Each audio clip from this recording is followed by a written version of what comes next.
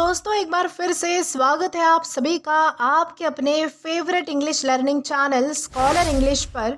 मेरा नाम है दीपिका कुमावत और मैं इस चैनल पर वेरियस कॉम्पिटिटिव एग्जाम्स के लिए इंग्लिश सब्जेक्ट टीच करती हूँ। तो बेसिकली आज के इस वीडियो में हम एक बहुत ही शानदार और इंटरेस्टिंग पोएम को डिस्कस करने वाले हैं जिसका नाम है look stranger bye W.H. Odean. तो चलिए हमारी पोएम में आगे बढ़ने से पहले सबसे पहले हम हमारे पोएट के बारे में थोड़ी बहुत इन्फॉर्मेशन देख लेते हैं। तो दोस्तों अगर बात की जाए हमारे पोएट के बारे में तो W.H. ऑडेन, इनका पूरा नाम विंस्टन ह्यूग ऑडेन था और इनका जन्म जो है वो 21 फरवरी 1907 यॉर्कशायर इंग्लैंड में हुआ था। दोस्तों वो एक ब्रिटिश अमेरिकन पोएट थे और साथ ही साथ ऑडेन की पोएट्री अपनी स्टाइलिस्टिक और टेक्निकल मास्टरी के लिए फेमस है दोस्तों। और ये पोइट्रीज जो है वो पॉलिटिक्स, मॉरल्स और लव और रिलीजन के टॉपिक से जुड़ी होती है। इनकी पोइट्री में टोन, फॉर्म और कंटेंट में भी काफ़ी वैरायटी देखी जा सकती है। इनके कुछ फेमस वर्क्स है जैसे कि consider, in memory of W.B. Yeats, who's who, the unknown citizen etcetera. और लास्टली उनकी डेथ जो है वो 29 सितंबर 1973 वियना ऑस्ट्रिया में हुई थी। तो दोस्तों ये तो हमने बात कर ली हमारे पोएट के बारे में। अब इसी के साथ हम आगे बढ़ेंगे और जानेंगे कि इस पोएम के क्या कुछ इंपॉर्टेंट पॉइंट्स हैं। तो चलिए आइए देखते हैं। दोस्तों अगर बात करें इस पोएम के इंपॉर्टेंट पॉइंट्स के बारे में तो ये पोएम 1936 में पब्लिश हुई थी। और राइम स्कीम की बात करें तो ये पोएम जो है वो फ्री वर्स में लिखी गई है, यानी कि कोई भी जो है वो मतलब कि स्पेसिफिक राइम स्कीम या फिर मेटियर फॉलो नहीं किया गया है। दोस्तों अब इसी के साथ हम आगे बढ़ेंगे और जानेंगे कि इस पोएम का मैसेज या फिर थीम क्या है, यानी कि इस पोएम में हमें क्या संदेशा दिया गया है, यानी कि हमें क्या मैसेज प्रोवाइड किया गया है, ये भी हम देखेंगे। तो चलिए आइए देखते हैं। तो दोस्तों अगर बात की जाए इस पोएम के बारे में तो ये पोएम नेचर के एक सीरीन और डिटेल्ड ऑब्जर्वेशन है जिसमें पोएट एक छोटे से आइलैंड का सीन हमारे सामने ले आते हैं। पोएम में सनलाइट, सी, वेव्स, रॉक्स, गर्ल्स, क्लाउड्स और शिप्स का डिस्क्रिप्शन है, लेकिन सिर्फ दिखाने के लिए नहीं, हर चीज़ के थ्रू जो है वो पोएट लाइफ के सटल लेसन्स हमारे सामने यानी कि लाना चाहते हैं, यानी कि हमें समझाना चाहते हैं, जैसे पेशेंस, साइलेंस, ऑब्जर्वेशन और स्मॉल जॉयस को अप्रिशिएट करना। पोएम हमें इनवाइट करती है कि हम वहाँ रुक कर चुप होकर ध्यान से नेचर को फील करें और हर मूवमेंट, साउंड और डिटेल को नोटिस करें। ओवरऑल ये पोएम एक मेडिटेशन जैसा एक्सपीरियंस देती है जिसमें हम नेचर की ब्यूटी के साथ अपने माइंड को भी काम और अवेयर बना सकते हैं। तो दोस्तों यही है आज की हमारी इस पोएम का थीम या फिर कहे तो मैसेज।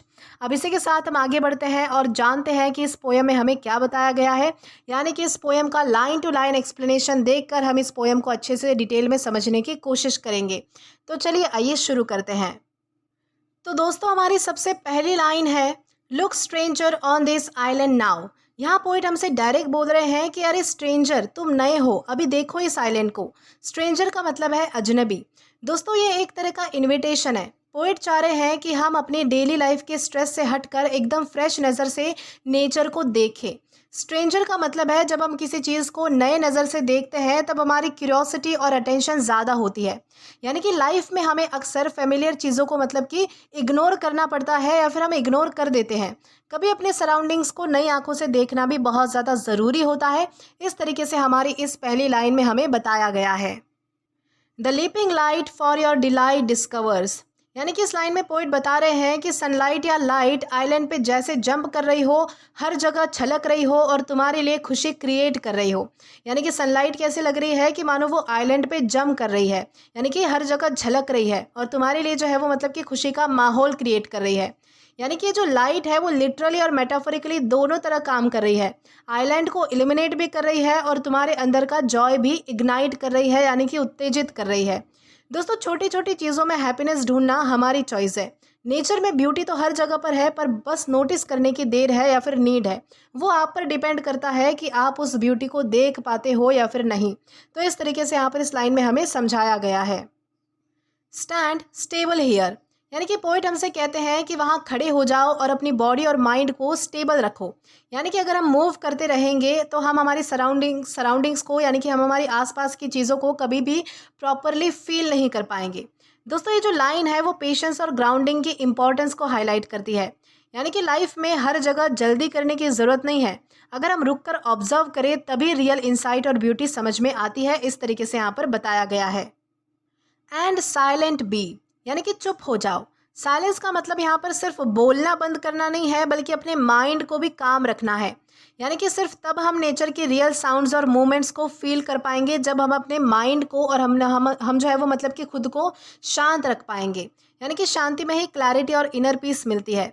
हमारी लाइफ में हर वक्त नॉइज़ है, लेकिन अगर हम थोड़ा साइलेंट हो जाए तभी माइंडफुलनेस पॉसिबल है। यानी कि तभी हम जो है वो असली शांति को फील कर पाएंगे। इस तरीके से यहाँ पर बताया गया है। देन इसके बाद है that through the channels of the year में वॉन्डर लाइक अ रिवर। यानी कि यहाँ पर पोइट बोल रहे हैं कि तुम्हारी सुनने की सेंस रिवर की तरफ फ्रीली फ्लो करे। हर साउंड, हर वेव तुम्हारे माइंड में स्मूथली ट्रैवल करे। अगर हम ध्यान से सुनते हैं तो नेचर का रिदम और म्यूजिक हमारे अंदर फ्लो करने लगता है। यानी कि यहाँ पर बताया गया है कि नेचर की आवाज़ हमारे माइंड को रिलैक्स कर सकती है।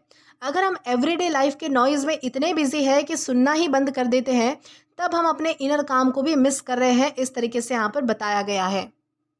The swaying sound of the sea, यानी कि समुद्र की लहरों का साउंड स्वे कर रहा है, जैसे कि एक जेंटल डांस हो रहा हो। यानी कि तुम्हारे माइंड और बॉडी दोनों ये स्वे करने देता है। एक तरह का नेचुरल मेडिटेशन है ये। यानी कि नेचर का रिदम हमारी स्ट्रेस को नेचुरली रिड्यूस करता है। दोस्तों, ये लाइन हमें बताती है कि सिंपल चीज़ें जैसे कि वेव्स का साउंड हमारी लाइफ में जॉय और पीस ला सकती है। इस तरीके से यहाँ पर हमें समझाया गया है। Here eight small fields ending pause, यानी कि पोएट कहते हैं कि छोटे से फील्ड के एंड पर रुक जाओ। दोस्तों, यहाँ पर एक बाउंड्री का कंसेप्ट है। यानी कि पुराना जो स्पेस है वो ख़त्म हो रहा है और नया स्पेस यानी कि समंदर जो है वो शुरू हो रहा है। यानी कि लाइफ में जो है वो ट्रांजिशंस क्रिटिकल होते हैं। कभी कभी हमें जो है वो थोड़ा पॉज लेना पड़ता है, ऑब्जर्व करना पड़ता है कि क्या ख़त्म हो रहा है और क्या नया स्टार्ट हो रहा है। तो इस तरीके से यहाँ पर हमें समझाया गया है। देन इसके बाद है where the chalk wall falls to the foam and its tall ledges. यानी कि एक चॉक वॉल है जो समुंदर में गिरती है और उसके टॉल लेजेस, लेजेस का मतलब कि जो किनारे और जो एज होते हैं वो जो मतलब कि उसे कहते हैं लेजेस, तो वो क्या है, विजिबल है। दोस्तों, ये ड्रामेटिक सीन नेचर का एक पावरफुल विजुअल है। पोइट यहाँ नेचुरल स्ट्रक्चर और वाटर का इंटरेक्शन दिखाते हैं। यानी कि यहाँ पर हिडन मैसेज ये है कि लाइफ में ब्यूटी अक्सर इम्परफेक्ट जगह में होती है। जगह रफ एजेस और चैलेंजेस से भरी होती है। यानी कि हर बार परफेक्शन ही हो ऐसा ज़रूरी नहीं है। तो इस तरीके से यहाँ पर हमारे पोइट हमें बताना चाहते हैं। Oppose the plug and knock of the tide. Tide का मतलब है लहरों का नॉक वॉल के अगेंस्ट होता है। टाइड यानी कि लहरें, तो लहरों का जो नॉक होता है, लहरों का जो बहाव होता है वो वॉल के अगेंस्ट होता है। यानी कि जो लहरें हैं वो हमेशा जो है वो वॉल को तोड़ना चाहती है और वॉल को अपोज करना चाहती है। यानी कि यहाँ पर कांस्टेंट पुश और रेजिस्टेंस होता है। दोस्तों, ये लाइन हमें नेचर के स्ट्रेंथ और परसिस्टेंस को दिखाती है। यानी कि हिडन मैसेज यहाँ पर ये दिखाया गया है कि लाइफ में चैलेंजेस नॉर्मल है। हर रेजिस्टेंस के अगेंस्ट ग्रेसफुली स्टैंड करना ही हमारी ताकत है, यानी कि हमारी स्ट्रेंथ है। And the shingle scrambles after the sucking surf. Shingles का मतलब होता है छोटे पत्थर, छोटे स्टोन्स। तो यहाँ पर क्या बताया गया है कि छोटे स्टोन्स सर्फ के साथ मूव करते हैं। यानी कि पुल और पुश जो है वो दोनों का यहाँ पर इन्वॉल्वमेंट होता है। यानी कि यहाँ पर नेचर का एक सटल मूवमेंट डिटेल दिया गया है। यानी कि हिडन मैसेज ये है कि लाइफ में हमारे साथ कभी कभी पुल होता है तो कभी कभी पुश होता है। सिचुएशंस हमसे जो है वो कुछ एक्सपेक्ट करती है, तो उन्हें एक्सेप्ट करना और फ्लो के साथ मूव करना, यही जो है वो सबसे बड़ी समझदारी है। यानी कि यही विजडम है। इस तरीके से यहाँ पर बताया गया है। And a girl lodges a moment on its sheer side. यानी कि एक गल यानी कि जो सीगल होता है वो एक मोमेंट के लिए वॉल पे रेस्ट करता है। यानी कि छोटी छोटी डिटेल जो है वो यहाँ पर हमारी पोइट ने नोटिस की है। यानी कि लाइफ में हर स्मॉल पॉज या फिर रेस्ट मोमेंट प्रीशियस है। हमें छोटी चीज़ों को एंजॉय करना चाहिए, यही मैसेज हमें यहाँ पर दिया गया है। देन इसके बाद है far off like floating seeds the ship diverge on urgent voluntary errands. यानी कि दूर दूर जो है वो शिप्स दिख रहे हैं, जैसे कि कोई तैरते हुए बीज हो, यानी कि फ्लोटिंग सीड्स हो। हर शिप अपने पर्पस पे जा रही है। यानी कि लाइफ में सब अपने पाथ पर होते हैं और हर कोई अपनी जर्नी में बिजी होता है। यानी कि हमें सिर्फ ऑब्जर्व करना चाहिए, कंपेयर नहीं करना चाहिए। इस तरीके से यहाँ पर बताया गया है। देन है and this full view indeed में enter and move in memory as now this clouds do. यानी कि जो व्यू तुम देख रहे हो, जो दृश्य तुम देख रहे हो, वो तुम्हारे माइंड में जो है वो मतलब कि स्मूथली एंटर करेगा और क्लाउड्स की तरफ फ्लोट करेगा। तो ये जो ऑब्जर्वेशन है वो मेमोरी का कनेक्शन है, यानी कि कनेक्शन को हाईलाइट करता है। ऑब्जर्वेशन और मेमोरी का जो है वो मतलब कि एक तरीके से कनेक्शन होता है। यानी कि हिडन मैसेज ये है कि नेचर के मोमेंट्स हमारी मेमोरी को लॉन्ग टर्म इफेक्ट छोड़ते हैं।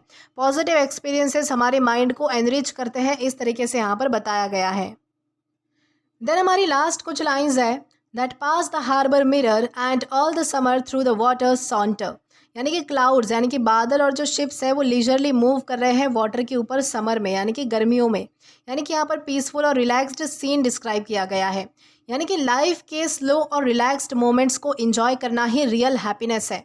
ये हमें याद दिलाता है कि हमेशा जल्दबाजी में नहीं रहना चाहिए, काम मोमेंट्स को भी चेरिश करना ज़रूरी है, उन्हें एंजॉय करना भी बहुत ज़्यादा इम्पॉर्टेंट होता है, इस तरीके से यहाँ पर बताया गया है। तो दोस्तों इस पोएम का मेन थीम है नेचर की ब्यूटी को ऑब्जर्व करना, पेशेंस रखना और लाइफ के सटल लेसन समझना। हर लाइन में पोएट एक छोटी डिटेल दिखाता है, जहाँ पर sunlight, walls, stones, girls, ships, clouds, ये सब जो है वो कुछ ना कुछ इम्पोर्टेंस होल्ड करती है और हमें बताता है कि लाइफ में छोटी चीज़ों का इम्पोर्टेंस समझना बहुत ज़्यादा ज़रूरी है। ये पोएम दोस्तों एक मेडिटेशन जैसी एक्सपीरियंस देती है, स्लो ऑब्जर्वेशन, साइलेंस और इनर पीस के लिए। तो दोस्तों इसी के साथ हमारी इस पोएम का लाइन टू लाइन एक्सप्लेनेशन यहीं पर ख़त्म होता है। दोस्तों आशा करती हूँ कि आपको ये पोएम अच्छे से समझ आई हो और पसंद भी आई हो। दोस्तों अगर आपने अभी तक हमारा टेलीग्राम चैनल ज्वाइन नहीं किया है तो टेलीग्राम पर English with Deepika Kumawat search करके या फिर डिस्क्रिप्शन में दिए गए लिंक के थ्रू, साथ ही साथ अभी जो आपको आपके स्क्रीन पर QR कोड दिख रहा है वहाँ से भी आप जो है वो डायरेक्टली हमारा टेलीग्राम चैनल ज्वाइन कर सकते हैं, ताकि आप कभी भी किसी भी नए आने वाले वीडियोज़ को लेकर कोई भी अपडेट्स को मिस ना करें। और दोस्तों अगर आपको आज का ये वीडियो पसंद आया है या फिर हेल्पफुल लगा है तो do like this video, subscribe the channel and share as much as you can. और अगर आपने इससे पहले वाले वीडियोस नहीं देखे हैं तो यहाँ पर मैंने एक प्लेलिस्ट प्रोवाइड कर दी है, जहाँ पर आप क्लिक करके वो सभी पहले वाले वीडियोस भी देख सकते हैं और एक्सप्लोर कर सकते हैं। Till then keep learning. Thank you.